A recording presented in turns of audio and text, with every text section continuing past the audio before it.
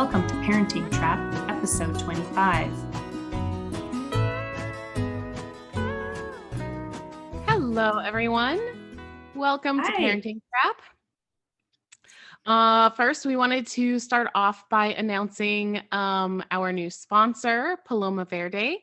They have CBD oils and gummies and all kinds of stuff. Barbara can tell you about them. You use that a lot, right? Yeah, I actually was a customer of theirs before they were a sponsor. So it's really exciting that they're sponsoring us now. CBD, really great products. CBD, they have soft gels. They have, it's like a CBD oil. It's a little dropper, all different kinds of concentrations. They have gummies. They really good product, really good people.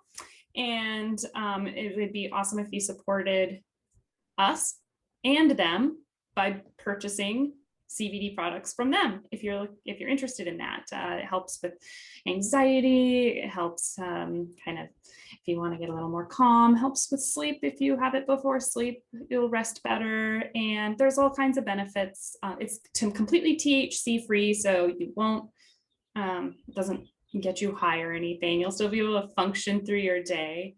And if you're interested in trying it out, you can get 25% off any order that's $75 or more by using the code PT25, PT25. And I hope that you go and check them out. All right. Thank you. Yeah. So today we are going to be talking consequences. And I think you maybe already announced that, but I wanted to talk about consequences. And this is something I hear parents say a lot. Well, what about the consequences? There has to be consequences to my children's actions, right? Which is such a silly thing. Oh my gosh. It's an obvious thing, right? There are consequences to actions. We all experience them living life. So I drop a ball and it falls to the ground. Letting go of the ball and it falling to the ground is the consequence of me dropping the ball.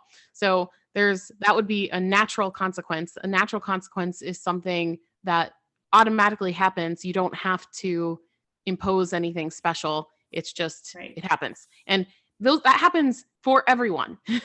Everyone. Yeah. I mean, sometimes the consequences are not so clear. Like sometimes we do something and we don't really, we aren't faced with significant consequences. And I think this is where parents end up kind of facing that struggle of wanting their child to learn. They think I must teach my child a lesson in some way, that there are consequences to their actions. And what they really mean when parents say this is that there must be, really they're oftentimes referring to either punishments. Like they're oftentimes saying my child must experience some sort of discomfort or, I mean, punishment really. I mean, consequences, what they're really meaning oftentimes is punishment. And we don't believe in punishments with respectful parenting. And it's tempting to think that they may work, that punishing your child for something that they do might work. Right. Yeah. Yeah. And I wanted to say that I feel like what the kid actually learns when a parent implements a consequence, the child just learns that the parent sometimes does things that the child doesn't like, and it often can create their incentive is not necessarily to stop doing the action that you were trying to stop in the first place. It is to not get caught. So they will just become more sneaky about it. They will become better at doing the things that they want to do. And we just did a whole episode about that. You can go back at the very last episode, episode 24. We did one on how to teach your kids to lie. And one of the great ways that you can teach your kids to lie is by consistently punishing them. And So, and that's basically what you're doing when you're saying, I need consequences for my child's actions. So let's say, your child hits you. It can make you really angry. And you think, well, my child needs to learn a lesson that it's not okay to hit. And therefore, I'm going to go sit them in their room and tell them to think about what they've done. But what this really does is one, you can't control what they're going to be thinking or reflecting on. So what it does is it actually creates tension oftentimes in your relationship. The kid might even be thinking, this is so unfair. I'm so angry. Like this isn't my parents misunderstood. They don't know, and they can't always communicate this, especially with young children. Older children might be thinking this, but they won't necessarily feel comfortable enough to tell you that you're being super unfair, that the reason you did what you did was, they can't always articulate the what's going on for them that's causing these behaviors. And we oftentimes say, behavior is a sign that something's going on. These sort of unpleasant behaviors that we witness is usually a sign that something's going on for them. They feel disconnected, they're really angry, they may be jealous. It's always, and so when we punish them, yes, exactly. And then when we punish them, we're actually making the problem worse a lot of times. So by making it worse, they're either going to try and hide it better in the future, or they're going to try and we're making it worse because we're not paying attention to what is being communicated. When they do a behavior that we don't like, they're trying to communicate something. And when we punish, we're not addressing what they're trying to communicate. So we're not addressing the root cause. So basically we're trying to fix the behavior, but the behavior is not really the problem. It's the reason behind the behavior. That's the problem. Yes, exactly. And because of that, what do we do? So there are things that we can do. I want to actually maybe talk really quickly about natural consequences, because natural consequences are sort of the ideal default thing. And a lot of parents will even say something like, well, the natural consequence for not eating dinner is you won't get dessert.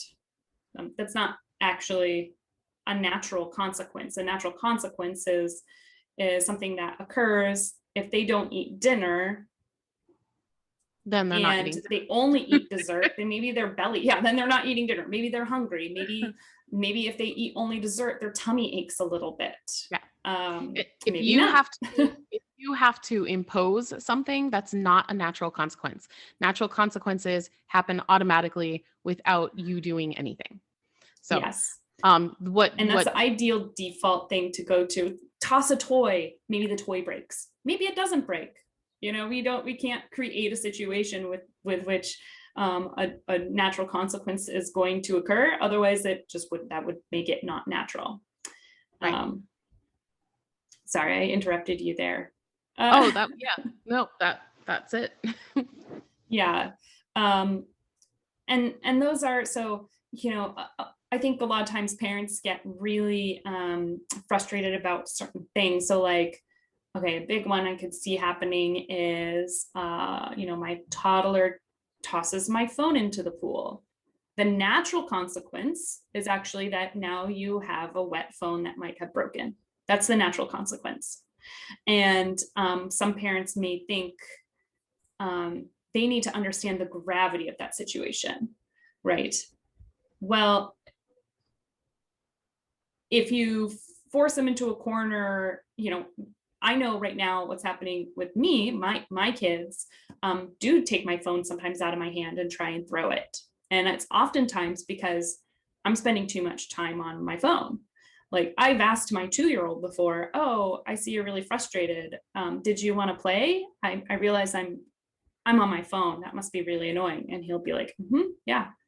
Oh, okay. Like he's actually trying to communicate something that's not working well he's not able to articulate. He may not even fully understand exactly why he's doing what he's doing, but it's usually something that's going on inside your child. And this is a big one, actually. So the phone thing, I think we can all relate to. You are spending quality time with a loved one, and that person is like this. Huh? Oh, what did you say? Right? Yeah. It does not feel like you're connecting with them. And when we're doing this to our kids, it feels awful. Like I've been on the receiving end of that, and I've also done that to people, and it's not fun.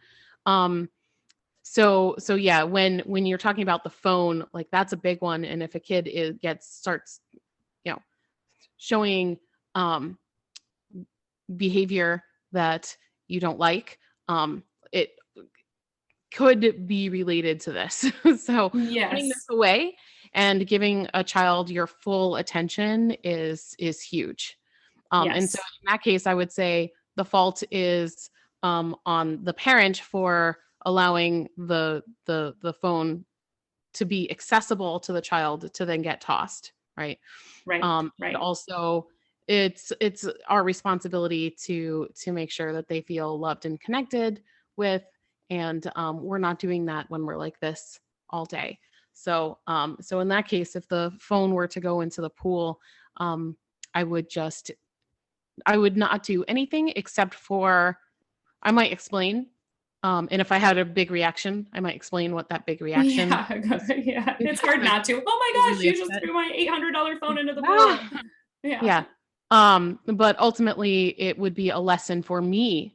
It would be a lesson for me to know, okay, I need to make some changes, and I can't, I need to spend more time connecting with my child and not make my phone accessible. Yeah. And also they know, so I think this is another thing, they know that the reason they probably did that is they actually do understand that that's a really important thing.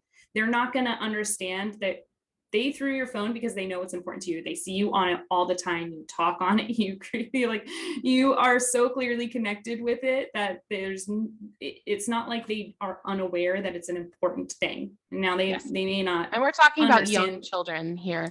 So I feel like it would be maybe a little bit different if your child was 16 and just picked up your phone and threw it in the pool. That would be a little different.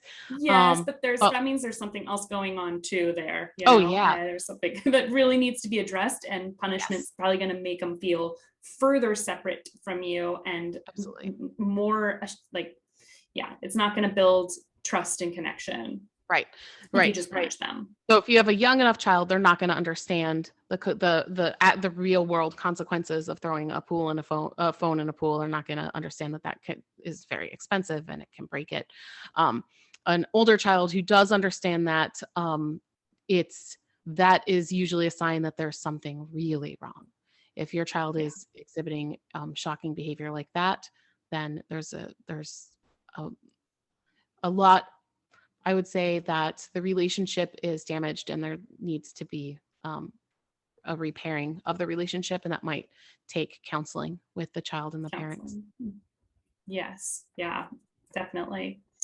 But I think that's a good example, because I think parents, we understand the value of items. So when it comes to young children, they don't understand the value of items in the same way we do. They don't attribute like a price tag. We will. And when we do that, sending them to their room to think about what they've done doesn't get that through to them. It's not going to help them understand that that's a really valuable and important piece of equipment that's difficult to replace. So it's, that's not really something you can do much about. I mean, I have memories of being sent to my room as a kid, and I can't think of one time where I was sent to my room and thought to myself, okay, yeah, that was pretty terrible of me. I shouldn't have done that. I can think of a lot of times where I was sent to my room angry, so angry, and just thinking that the world is against me and my parents don't understand. Yeah, absolutely. Absolutely. That's what it does. And that is going to fracture your relationship. It fractured the relationship. And I learned, that I shouldn't do that behavior again. Maybe I learned that, but I didn't it didn't help the reason. And I can't even think of the reasons why I was sent at this point, but I can't think of, um, uh, I lost my train of thought. No. No, it's just when kids are in that, I would be surprised if they're actually self-reflecting. Like, okay, let's think about this as an adult. We are adults and we are mature. How hard is it for us when we're in the moment, if we're in an argument with someone and someone says you need to go cool down? How hard is it for us to chill out, cool down, and go, oh yeah, you know what, I really messed Yeah, up. yeah. Like, yes, we could Right. do that, but it takes a lot of effort, and we have Sometimes, so much more experience doing that. yeah, and sometimes it can actually, like, I know sometimes that can make me more upset if I'm like really worked up about something and I'm getting upset and somebody is like, whoa, calm down. I'm like, right, what are you talking about? Like, sometimes that can even drive you more crazy to be told to calm down because you're like, what are you talking about? Obviously, this is so important to me and I'm trying to get through to you that what's going on is not something that I can clearly and calmly discuss, right? Well, it's actually, this relates to a conversation we were having earlier this week about the pendulum swinging. So Yes. if you are on this side of some issue and someone is over here, hearing this person is so far away from you can actually cause you to swing even more to help pull them closer. But then you doing that swings them back further this way. And it's like this thing that happens to all of us. Yeah, Yeah, we kind of start to get further and further apart from each other, trying to definitely. Definitely. trying Yeah. to prove our point. Yeah. Yeah, it's so true. Now, I think it's important to also, mention that doesn't mean, so ideally your natural consequences are the default. So it's like your child doesn't want to wear a jacket, maybe you leave the house and it get chilly, and that's a natural consequence. Now my brain would even go one step further and say, if your child's walking out of the house and it's a cold day, um, I might even say, you don't want to wear a jacket. Okay. I might carry one for them because when they get cold, I don't want them to really be physically uncomfortable. That's something I would do for my partner. That's something I would do for my sister here. I would do that for you. I would do that for anyone. So I don't need to force my child the discomfort that I know is coming just so they experience that natural consequence, which would be a natural consequence. But at the same time, there's going to be things that your child does where they do experience that discomfort. Maybe you forgot the shoes and your child ran out without shoes on, or you're not, you thought you packed them but you didn't, and then you go, oh shoot, I don't have your shoes. Gosh, do you want to sit in the stroller? I know you want to walk, but the ground's really hot, so you might want to sit in the stroller. They're gonna eventually learn that by not having their shoes on, it gets uncomfortable to walk outside. So that's a natural consequence. This does not mean that everything needs to be a natural consequence. I'm not going to allow my child to run out into the street and experience the natural consequence of that, which may be nothing. It's possible that nothing will happen if they run out into the street, but it's entirely possible that they might get hit by a car. I'm not going to let that play out. That would be irresponsible and negligent. So I would stop them. And it is a logical consequence. So it is still imposed. I'm physically removing them from the street, but I don't need to put an additional layer on top of that of a punishment. You can very compassionately take your child out of the street, say it's not safe, or stop them ideally before they get to the street. Stop them before they get to the street. That's not safe. I'm going to move your body. We are going to go stand. Maybe it's even, you might even be able to realize that that temptation is too much for your child. So you might have to hold their hand and they're really upset about that. I want to walk on my own. I hear you want to walk on your own. I need to keep you safe. I need to keep you safe right now. I'm going to hold your hand. And approaching it in that way where you are empathetic and you understand that they may be upset about what you're doing, but in those instances, you need to keep them safe. Yep. And you can also impose logical consequences for things other than safety. Yes, I boundaries. think those are boundaries, and I think it's important to explain them. So, I what would be a good one? Like, if the kid, lots of little kids like taking spoons and hitting the table with it, right? And it's noisy and it can dent the table, so you can just take away the spoon and say, I don't want you to bang the table. I'm going to take the spoon away now, that kind of thing. And you explain, I don't want you to bang the table. You can dent the table. It's noisy. I'm going to take it. And if they're sad, they're sad. We can, like you said, empathize. And they have a right to have the emotions that they have about that, what you're doing. And so I wouldn't add a layer of, stop whining because you were banging the table and I asked you to stop 3 times. That's not something you need to do. They understand. Yes. And when you're doing the logical consequences, I'd be very careful about how you word it. And I would always try and word it in a very neutral way that's explanatory and not in a punishing way. So a punishing way would be, give that to me. Like, that's too loud. I told you to stop. Something like that. I wouldn't do that. It's just unnecessary. You're taking the spoon away. I think it would just teach them to react like that more. That's a very emotional, strong reaction. So they're going to pick up on that and see that as being appropriate behavior. And next time they're frustrated, they're going to do that thinking it's okay. And it's not going to be so much fun when your 2 or 3-year-old starts doing that back to you, and then it escalates and it becomes like there's just a lot of yelling.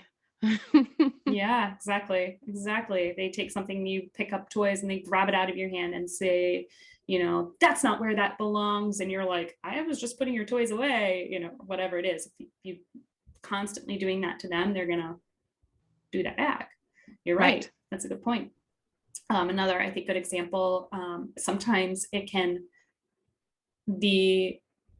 what you're doing may look a lot like what some people might consider a punishment. So for example, let's say you have a child in a sandbox and they keep throwing sand around, or you see that they throw a handful of sand and there's other kids in the sandbox. You might move them away from the other children, or you might actually remove them entirely from the sandbox. But again, the difference is going to be the approach. Like you say, I might scoop up my child and say, oh, I can see you're having a lot of trouble. I need to keep everyone safe. We're going to go sit on the bench for a little while. And the delivery makes a huge difference. It's the difference between, like, if I want help doing the dishes and I say, can you help do the dishes? And you say, fine, or yeah, I want to help you, right? One, the dishes are going to get done either way in either situation, but one feels like you feel loved and like it just feels better. The other one just doesn't feel good at all. So when we do these things to our kids, it makes a huge difference. That's why I say it's not punishment when you do it with empathy and love, because we are showing them that we're there for them. We're going to keep them safe. They are not capable of keeping themselves safe at that moment, and they need us to go in and help them. And even if they're kicking and screaming and upset in that moment, deep down, they know that they need us. And the response of the loving, empathetic embrace and keeping them safe will make them feel more secure around you, because then they can almost relax and say, okay, my mom's got this. Like, she knows She knows when I'm losing control, and she can help me when I get there, because kids don't have the capacity to not do that. Their brains are not fully developed, so they will lose it, right? And they need our help. But if we do it in a punishing way, it almost fans the flames. So they're dysregulated. We're fanning the flames. We're adding more emotion to the situation, placing blame on them, shaming them, and trying to make them feel even worse. They're already feeling bad. We're trying to make them feel worse. It, like you said, fractures the relationship. It's a whole mess. So I would say that that's the big difference. The actions can be exactly the same, but the delivery is so important. Yes, and in absolutely. And when you do it in a punishing way, you're teaching them to avoid punishment. You're not actually, we all want the same thing when we're raising kids. We want to raise children who do understand that we want them to be compassionate. We want them to understand that sometimes hurtful things can hurt people, and we don't want them to do that. But when you punish them, it actually makes them more self-centered. It makes them more concerned about trying to avoid punishment than it does trying to actually understand that what they've done is hurt another person. So I think a good example, I mean, my two young kids right now, when my 2-year-old goes and maybe hits his little sister, the natural consequence is that maybe she cries and she's upset. I would do the logical consequence of moving them apart. Oh, I see that you're having a really hard time right now. I'm going to move you over to this other area. I'm going to put up the gate to keep you guys both safe. And they can be upset about that. But he's going to see that she's crying. He's going to see that she is upset. He's going to see that there's been that reaction. And if I send him to his room, I'm making it about him. You're making it about that child that's maybe they don't hit in the moment, or maybe you temporarily stop that problem, but it makes them more self-centered of how do I not get in trouble for doing these things that I'm impulsively wanting to do, or just can't really help myself from doing them. Kids don't always have the ability to self-reflect and understand that their actions at such young ages especially have consequences. But when they do it, I mean, ideally you would stop that before like a hit happened, but they happen. They're going to see, oh, that I made my sibling upset and now they're crying. And I know for my 2-year-old, he is actually really sensitive to crying and loud noises. So when she's shrieking, he doesn't like that. And that's certainly not every kid's going to feel that either. Not every kid's going to be disturbed by crying, but that's the natural consequence in that moment. Again, ideally, that doesn't happen at all, and you stop it before it happens. But it's going to happen. Parenting is so hard, and kids are they're very challenging. And if you have more than one, it's way harder. So yeah, I mean, these things happen, and it's how we respond to them that matters. Yeah. And the other and then thing also is recognizing patterns and trying to avoid situations like that in the future. Yes, exactly. I mean, so often these things are kind of, these challenging behaviors are coming up in the same circumstances. So you either need to change what you're doing, be prepared so you can be on guard, or at certain times of the day you keep your children more separate if that's what's going on. But the other thing is, I think is important to note, is it's a lot easier to start when they're young, because these boundaries that we create, these logical consequences of, say, removing them from a movie because they're screaming. Oh, when we left the movie, like, I know you wanted to keep watching it, but other people couldn't hear because you were really loud. So we're just going to sit outside for a little while, and we can try again in a little while. And maybe you try again. Maybe you see that your child's in a state that's going back in is really not going to work, and you need to go home. But it's going to be easier when your child is small, when they start getting bigger and bigger and bigger, it's way more difficult to hold these boundaries. Oh, yeah. So yeah, so and the bigger they get, the more punishments you use. They are learning that the bigger, stronger person, it has the control and is able to, you know, take privileges away and punish and hurt. So you don't want that. You don't want a situation where your child grows up and gets really, turns into an adult thinking it's okay to punish now because they're the adult and they're the ones who can hurt other people. So Yeah. it's a lot easier to start when they're young because you can actually physically help them. Yes. Yes. That's true. Should we talk about what is it? The other one, consequences that are not related. Is there a better word for that?